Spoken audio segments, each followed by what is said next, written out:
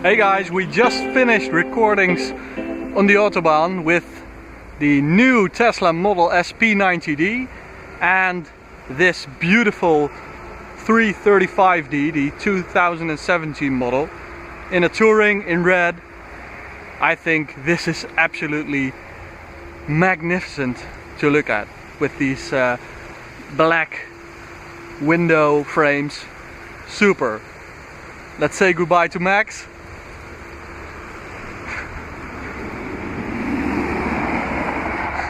That's a ridiculous car. Okay, I'm taking this baby home. So, the 335D, we had the 330D about a week ago, and we were really impressed with its engine, 258 HP, but this really is something else. 313 horsepower from a diesel engine, a 3-liter biturbo. So that really is a huge step up in power.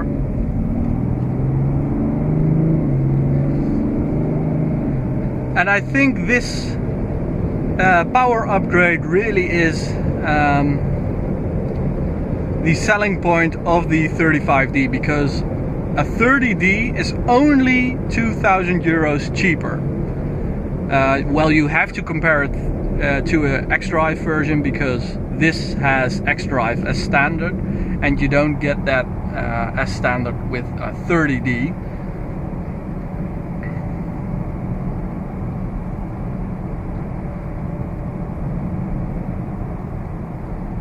Okay, so let's start by paying someone a compliment at BMW Netherlands, because man, this is so refreshing. A 3 Series Touring in the ultimate diesel in this red color, and the M Sport pack looks super. Okay, let's start off in Eco Pro, a setting I really like, because you want max fuel economy, you want max range in a diesel car, and in this 35D it really works. Again, I've driven many BMWs lately, and they are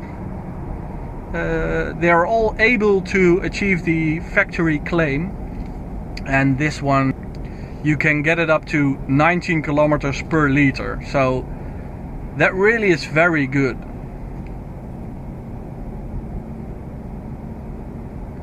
You also get the updated iDrive system, which we know from the 3 Series GT, and it was first launched in that car. So it's like the 7 Series, and well, the menus have been updated. It all looks a bit better. Let's take the sport monitor for example. You know, it's really sharp, it's really smooth. A great thing to look at.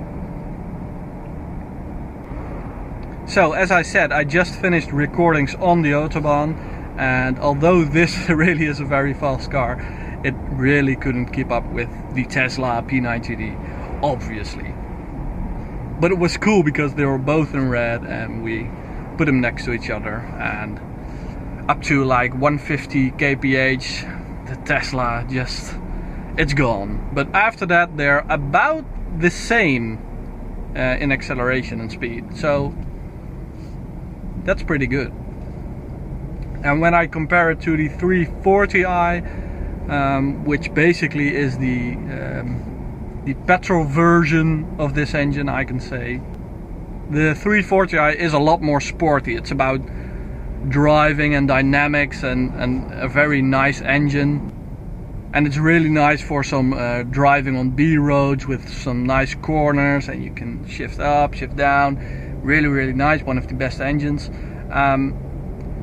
This engine is not about that. This really is about the Autobahn. You just put it in D, leave it out. Don't use the S. You don't need it. Put it in sport, and you just blast over the Autobahn with a very good fuel economy. And that's the nice thing about this engine. When you do that with a petrol engine like the 340i, you will have to stop for fuel in like 300 to 400 kilometers. And in this one you can just go and go and go and go for like 600 or 700.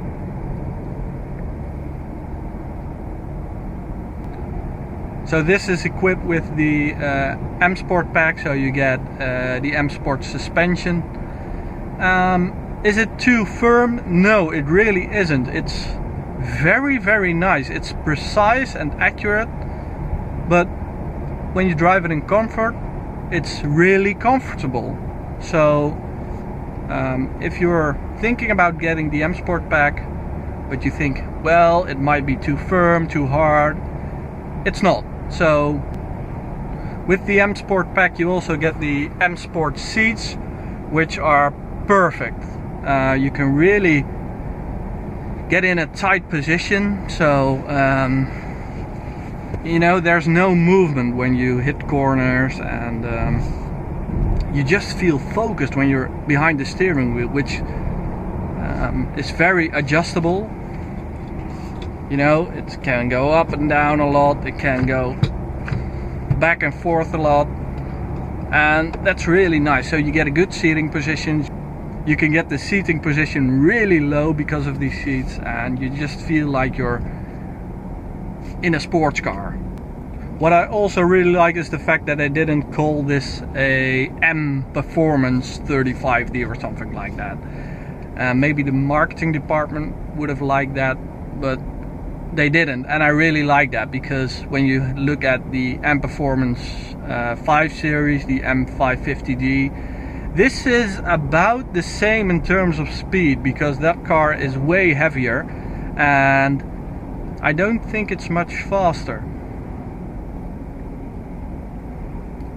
And in this spec, just 335D, no marketing nonsense. Well, you can get some M badges when you order the M Sport package like this one has, but it's just a very, very nice, top of the bill, normal BMW. And it doesn't pretend to be anything else.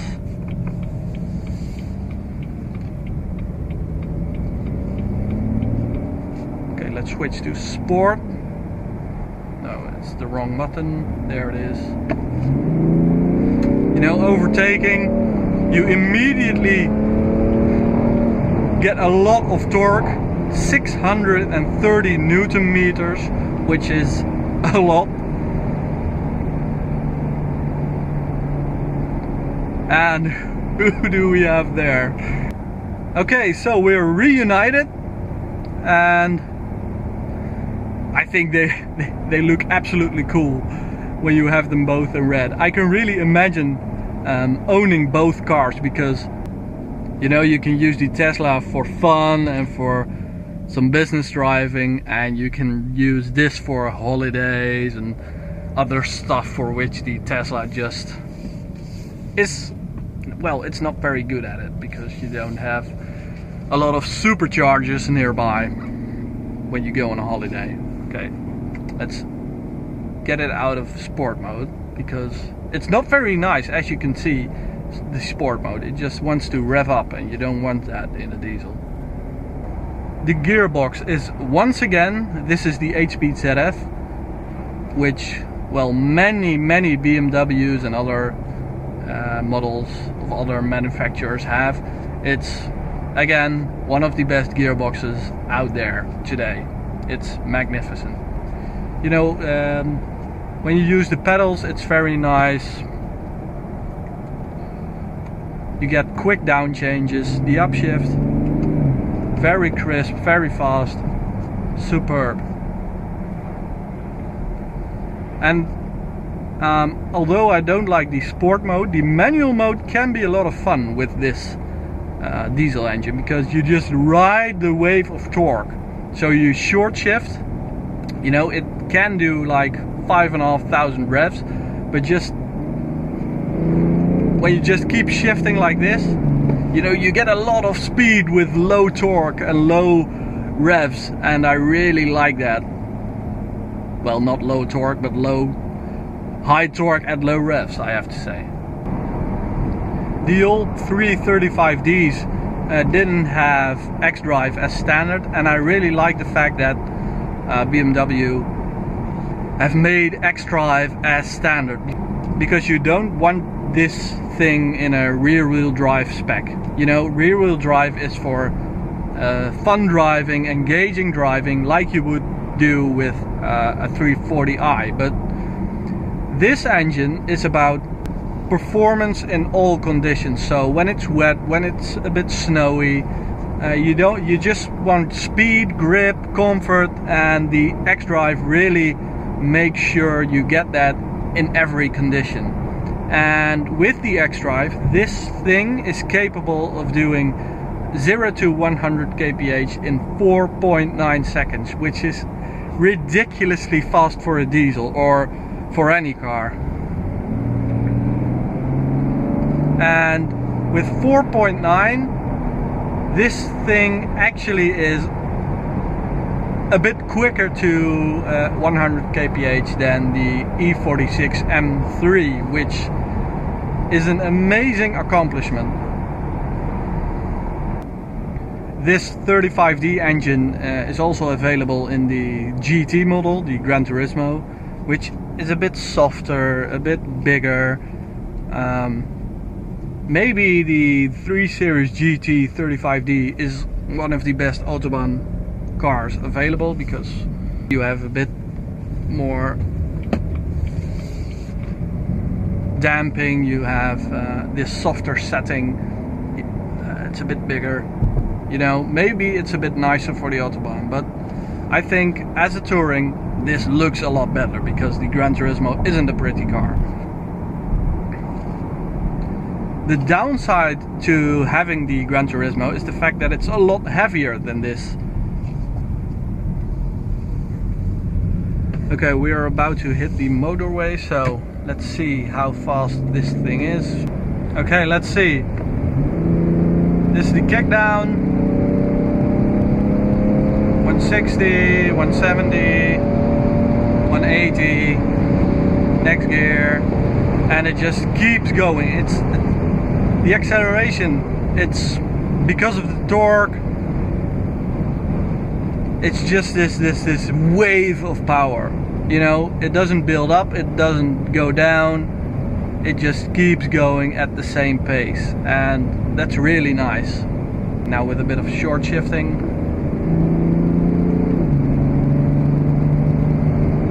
you know, even when you short shift, it's about as fast. What I also really like about this 35D is the fact that it doesn't look like a performance car or a fast car even.